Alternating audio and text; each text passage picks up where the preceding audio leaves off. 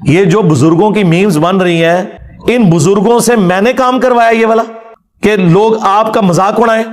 یا آج جو مولوی اپنے بابوں کے واقعات بیان کر رہے ہیں، یہ میں نے ان کو کہا ہے گن پوائنٹ کے اوپر تلوار کے زور پہ کہ تم جو ہے نا اس طرح کی کہانیاں بیان کرو تاکہ انجینئر صاحب تمہارے خلاف کلپ بناون؟ میں نے کہا ہے، خود کیے نا۔ اور اس سے بڑھ کر ہمارے آباء و اجداد تو سبحان اللہ کہتے تھے اس کے اوپر۔ یہ ہماری ایک اور بزرگ ہے امام مغربی رحمۃ اللہ تعالی، آپ فرماتے ہیں ایک رات نہ میں سویا تھا تو کیا دیکھتا ہوں، خواب میں نبی علیہ السلام کی بارگاہ میں حاضر ہوں تو حضور مجھے فرما رہے ہیں کہ ہمارا ایک غلام ہے جسے بغیر کسی وجہ کے قید کر لیا گیا ہے، اور جو شہر کا داروغہ ہے نا، جو جیلر ہے، وہ تیرا مرید ہے، جا کے اس کی سفارش کرا اور اس کو رہا کروا۔ یہ بات یاد رکھنا، یہ بات تجھے میں اپنی طرف سے نہیں کہہ رہا، یہ بات مجھے کہنے کا حکم اللہ جل شانہ نے دیا۔ حضرت مغربی رحمۃ اللہ تعالی فرماتے ہیں جب آنکھ کھلی ہیں تمہارے شوق کے، بھائی کیا ہوگا؟ اللہ جل شانہ اپنے محبوب کو حکم دے رہے ہیں، محبوب خواب میں مجھے کہہ رہے ہیں کیا ہوگا وہ، کیا اس کی پرواز ہوگی، کیا اس کا مقام ہوگا؟ آپ فرماتے ہیں ہمارے شوق کے، نہ میں نے سر پہ امامہ باندھا، نہ میں نے پاؤں میں جوتی پہنی۔ آپ فرماتے ہیں میں اسی طرح گیا، ظاہر وہ حضرت کا مرید تھا، اس کی تو عید ہو گئی، اس کی تو عید ہو گئی، اور کردہ حضور کس طرح تشریف لائے؟ آپ فرماتے ہیں میں نے کہا کسی شخص کو گرفتار کیا ہے؟ جی حضرت آج ایک بندہ پکڑ کے لائے۔ تو کیا معاملہ بنا؟ حضور سے پوچھا ہے، بولتا نہیں، بس آگے سے یہی کہتا پہ آندھی انہوں نے چھڑانا، بولتا نہیں، کہتا پہ آندھی۔ آپ فرماتے ہیں میں نے کہا پھر میں آ گئی، چھاپ اس کو رہا کر دی۔ بھائی ہونا تو یہ چاہیے نا، وہ باہر آ کے پوچھتا بھائی کیوں چھوڑا، اس کو بتایا جاتا بھائی امام مغربی نے تیری سفارش کی ہے، وہ حضرت کا شکریہ ادا۔ بھائی اصول تو یہی ہے، اچھی اخلاق کی نشاندہی تو اسی طرح ہوتی ہے، لیکن آپ فرماتے ہیں کمال بے نیازی تھی۔ آپ فرماتے ہیں شکریہ ادا کرنا تو بڑی دور کی بات، اس نے کلام ہی نہیں کیا مجھ سے، اور جو شہر سے باہر جانے کا راستہ تھا چل پڑا۔ آپ فرماتے ہیں مجھ پہ بھی شوق کا غلبہ تھا، میں بھی پیچھے چل پڑا۔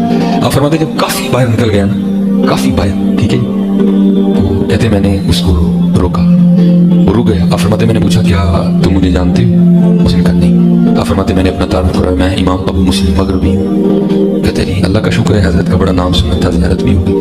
آپ فرماتے میں نے اس کو آفر دی، میں نے کہا بات یہ ہے زندگی میں 100 مشکل وقت آتے ہیں، پھر کبھی کوکھا وقت آئے نا تو تم میرے پاس آنا، میں تیری مشکل آسان کروں گا۔ فرماتے ہیں غیرت کی وجہ سے چہرہ خوش سرخ ہو گیا، وہ کہتا ہے حضرت آپ کیا کہہ رہے ہیں؟ تو کہتے ہیں میں نے کہا کہ میں نے غلط بات کی ہے، میں نے تو یہی کہا پھر کبھی کوئی مشکل ہوگا تو تو میرے پاس آنا، میں تیری مشکل آسان کر دوں گا۔ تو فرماتے وہ آگے سے مجھے کہتا ہے حضرت لگتا ہے آپ نے مجھے پہچانا نہیں۔ اور فرماتے پھر میں نے پوچھا کہ اب تیری اس بات کا کیا مطلب ہے؟ تو آگے سے کہتا ہے حضرت میں وہ ہوں جس کے لیے اللہ جل شانہ نے اپنے محبوب کو حکم دیا، محبوب نے آدھی رات کو خواب میں تجھے حکم دیا، جس پہ اللہ کی اتنی مہر اس کو تیری لڑکا پڑ گئی۔ کیونکہ نہ انہوں نے قرآن پڑھا نہ سنت پڑھی، انہیں پتہ ہی نہیں تھا کہ دین وہ ہے جو کتابوں میں ہے، دین وہ نہیں جو آپ کے فرقوں کے بابے بتائیں گے، وہ تو کہانیاں کروائیں گے۔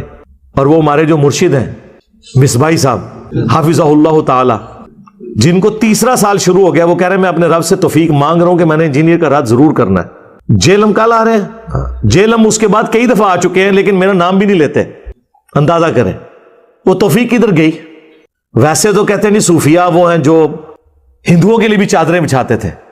تم مر جانا کیڑے کٹ کٹ کے، کیڑے والی سرکار، تم مر جانا کیڑے کٹ کٹ کے، تم مر جانا ہے، تیرے جیسے کئی مر گئے، تیرے جیسے کئی مر گئے، تو سڑ، تو مر، تو اپنے کمرے میں مر جانا پائے گئے کیڑے کٹ کٹ کے، تو مر جانا اپنے کمرے چی بیٹھے بیٹھے کیڑے کٹ کٹ کے، مر جانا جس نے کیڑے نکال۔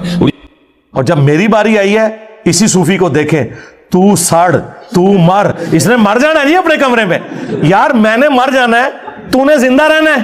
تیرے سارے بزرگ زندہ رہے، ان کے جو نام زندہ تھے وہ بھی میرے ہاتھوں میری ویڈیوز کی برکت سے مر گئے، تو شاہی کوئی نہیں ہے۔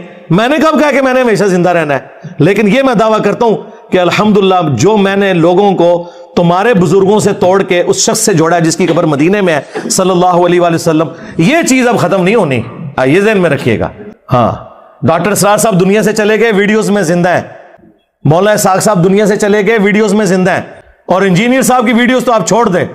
ہاں، دنیا میں جہاں کہیں اسلام پہ بات ہوتی ہے نا تو انجینئر صاحب کی ویڈیو پہلے نمبر پہ کھلتی ہے اللہ کے فضل سے۔ تو آپ کیا سمجھتے ہیں اس نے مر جانا؟ اچھا میں مر گیا تو کیا ختم ہو جائے؟ جڑا میں ڈیمیج کرتا ہے تھوڑے فرقے نو ختم ہو جانا ہے؟ یہ تو میرے نبی کا انقلاب ہے، ہم تو ان کے ادنا سپاہی ہیں، یہ تو جاری رہے گا انشاءاللہ تعالی۔ تو گالیاں دینا اس طرح کرنا بھی علمی رد کرو، آؤ بات کرو۔ میں تو ان کو اکیڈمی میں دعوت دے چکا ہوں کہ آپ تشریف لائیں۔ ان کے کئی نمازی ریورٹ ہو کے میری اس اکیڈمی میں آ چکے ہیں سیالکوٹ سے، میں نے ان کے ہاتھوں سلام بھی بھجوایا ان کو کہ تشریف لائیں ادھر، بتائیں میری غلطی کیا ہے قرآن و سنت کی روشنی میں، جذباتی باتیں نہیں کہ پیچھے آپ رو میوزک چلا دیں اور آپ سمجھیں کہ آپ کی بات جسٹیفائی ہو جائے گی. ابھی اگلے دن ایک کلپ ان کا آج کل بڑا وائرل ہوا ہے. بزرگوں نے کوئی لطیفے نہیں لکھے جی. یہ کتاب ہے تذکرہ غوثیہ, یہ غوث علی شاہ صاحب رحمۃ اللہ تعالی علیہ کے ملفوظات. آپ فرماتے ہیں میں حج کرنے کے لیے گیا اور میں بمبئی بندرگاہ سے بحری جہاز پہ بیٹھا. کہتے اسی طرح جہاز بمبئی بندرگاہ سے نکلا, تھوڑا سا جہاز آگے گیا ہوگا تو ایک بابا جی آگے اور آ کے میرے والد صاحب کو کہتے ہیں مولوی صاحب یہ تو بتائیں جدہ کب آئے گا. تو کہتے ہیں میرے والد صاحب مسکرا کے کہنے لگے بزرگوں وہ یہ تو جہاز بمبئی بندرگاہ تو چلے آئے 11 دن لگنے نے پھر جدہ آئے گا.